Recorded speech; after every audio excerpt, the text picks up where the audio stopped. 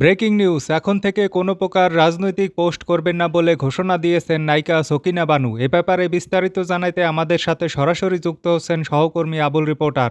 ধন্যবাদ মোকলেস। দর্শক, মোরা কিছুক্ষণ আগে জানতে পারছি যে নায়িকা সকিনা বানু ফেসবুক পোস্টে জানাইছে সে আর এখন হইতে কোনো প্রকার রাজনৈতিক পোস্ট করবে না। খুবই দুঃখজনক। কি কারণে সেটা কিছু বলছে? নায়িকা সকিনা বানুর দাবি যে দেশের মানুষ কেউ ভালো না, তাদের আর কোনোদিন কোনো পরিবর্তন হইবে না। তো এই ঘটনার পর মানুষের মাঝে কোনো প্রতিক্রিয়া দেখা গেছে?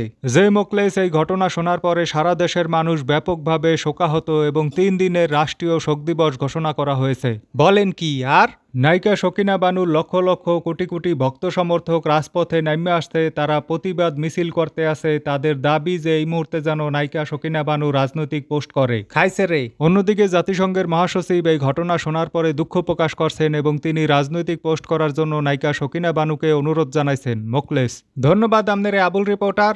দর্শক, এ ব্যাপারে আরো বিস্তারিত জানবো, তবে তার আগে নিতে আসি ছোট্ট একটা বিজ্ঞাপন বিরতি। ফিরতে আসি 48 ঘন্টা পর।